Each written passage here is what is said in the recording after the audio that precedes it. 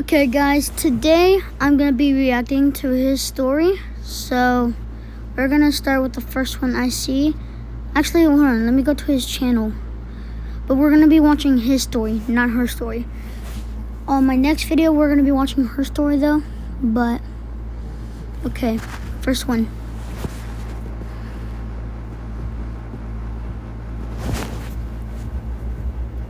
Sorry guys.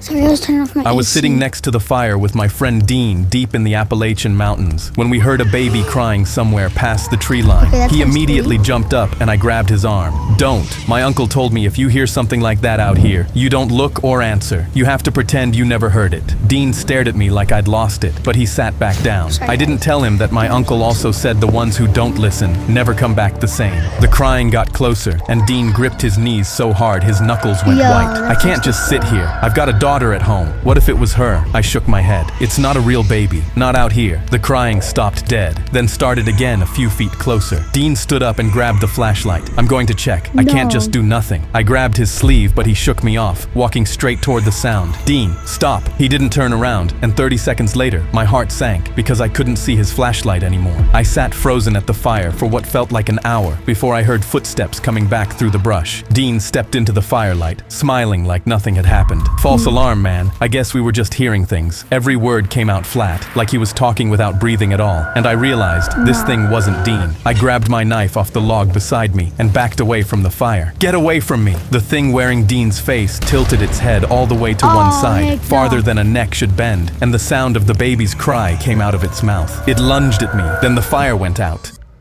I was sitting next to the fire That's with my actually friend scary. Dean deep in. I pulled a metal water bottle from my bag and chucked it at the teacher across the hallway, praying it would hit her. Earlier that day, I'd accidentally dumped my lunch tray on the biggest senior in school, and he told me he'd be waiting for me after school to beat me up. Okay. So I was trying to get detention to avoid him. The water bottle cracked Ms. Okafor in her back, and she spun around. Oh my God! I braced for screaming and detention, but she shook my hand. Thank you so much. That popped my hip back into place. I haven't Alright. felt it pain-free in years. She walked off smiling, and when I looked over, Brad was looking at me clutching his knuckles. When I saw the principal round the corner, I tried pulling the fire alarm. He looked at my hand on the lever. Did you set this off? I said yes, thinking this was definitely detention, but he grabbed my shoulders. You're a hero, son. The toaster in the teacher's lounge is on fire. We need to evacuate. The whole school instantly spilled onto the campus, and Brad walked over next to me. At 3 o'clock, I'm bringing a knife. My hands shook in fear and frustration because how hard was it to get detention? We started walking back inside because the building was safe, and that's when I stuck my leg out. My teacher face planted in front of our whole class, then looked right at me. Extra homework! I grabbed my head and threw my arms in the air. Can I please have detention instead? But she crossed her arms. No, Brad wants to whoop your ah, and I'm not gonna stop him because that's what a delinquent like you needs. I stared in disbelief as Brad chuckled behind me. 2 hours later, the bell rang, and I walked to the bike rack, legs shaking. I tried to grab my bike and just hurry off, but Brad turned the corner smiling. He walked straight towards me grinning, and I raised my trembling fists, ready to fight. That's when a teacher came sprinting. He stepped in front of Brad. What did I tell you? You have detention with me today. Let's go. Brad's jaw went tight, and he followed him inside, locking eyes with me the whole way. I watched Brad sit down in detention, and my stomach went cold. If my plan to get detention worked, I'd be locked in with Brad right now.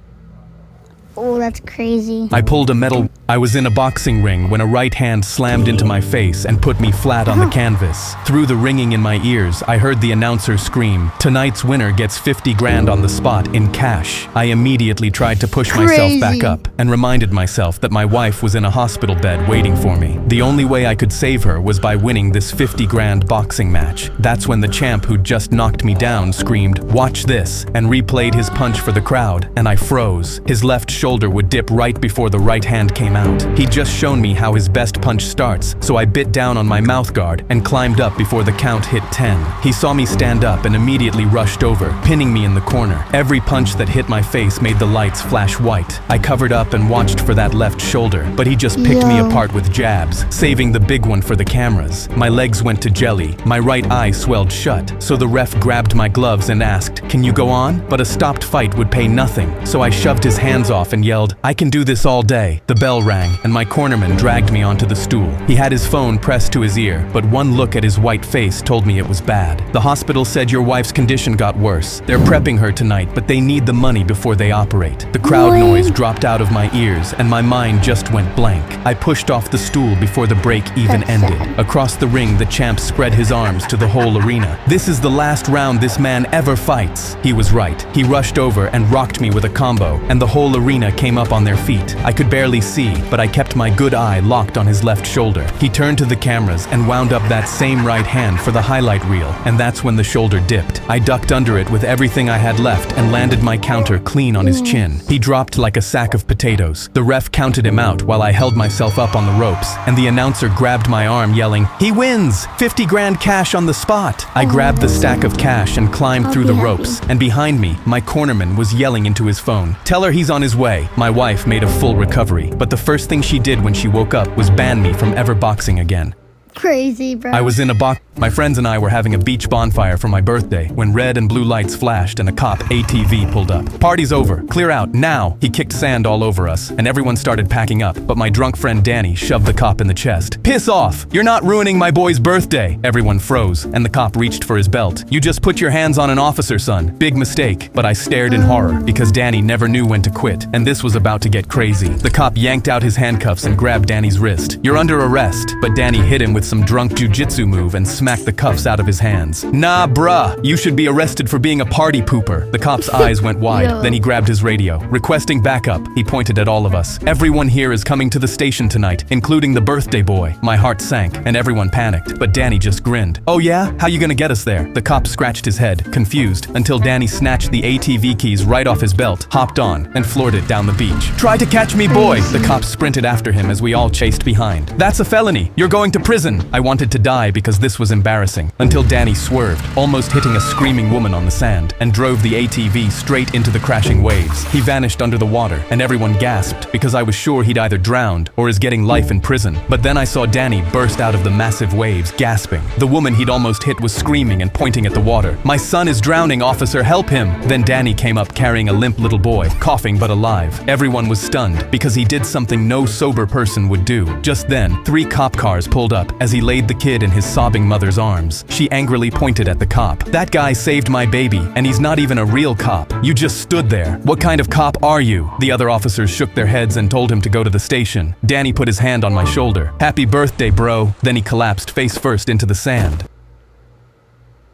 My That's friends and I were crazy. having a beach bonfire. I was mid-set on the bench press with my service dog Rex beside me when a woman yanked my earbuds out. "Get that mud out of here. This is a gym, not a dog pound." I racked the bar and snatched my earbuds back. "He's a service dog. Yeah. I'm a vet. He helps with my PTSD." Right then, a rack of weights slammed down, and the bang sent me straight back to the war. But Rex leaned into my side until I could breathe again. She laughed. "Nice try. PTSD isn't real, and I'm allergic to dogs, so it can't be here." But I could tell she was lying, and I wasn't going to let her take him. I picked up the bar hoping she'd go away, but instead she waved down a staff member and pointed at Rex. "That dog is a health violation and I'm allergic." She fake coughed. "Get it out." The miserable employee rolled his eyes. "Sir, we've had a complaint. The dog needs to go outside." I stood up fast. "No, he's a federally protected service animal, you can't." But heavy plates crashed onto the gym floor, and the war memories came back, my hands shaking, my breath tightening. I knew if they took Rex, I'd have a panic attack right there. But before the employee could even move, she snatched Rex's leash herself. "Don't worry, I'll tie this mutt to a pole outside." The employee just shrugged and walked off, and as more weights banged around me, the war roared louder, my legs turning to stone. I reached for Rex, but he was already being dragged toward the door, and I couldn't move to save him. No. The gunfire in my head roared, and I collapsed, my vision blurring as I screamed. But from across the gym, Rex saw me hit the floor, and he yanked the leash so hard he knocked the woman flat, dragging her Yes. halfway to me before landing on my chest. His weight pressed down until the gunfire faded, and the room came back. The manager stormed out. "What is going on here?" The woman scrambled up. "That dog attacked me. I'm allergic." He glanced at Rex, calmly lying on me. "Funny, you're not sneezing." Then he turned to the employee. "You can't read the giant service dog on his vest? You're done." And to her, "You're banned." As she stormed off, Rex licked my cheek, and I finally finished my set. Okay, that's good. Guys, I'm gonna see how long this has went, my records. So, I'm gonna end the video here. these videos are actually crazy. My service dog Rex beside Including that first one, it was kind of scary.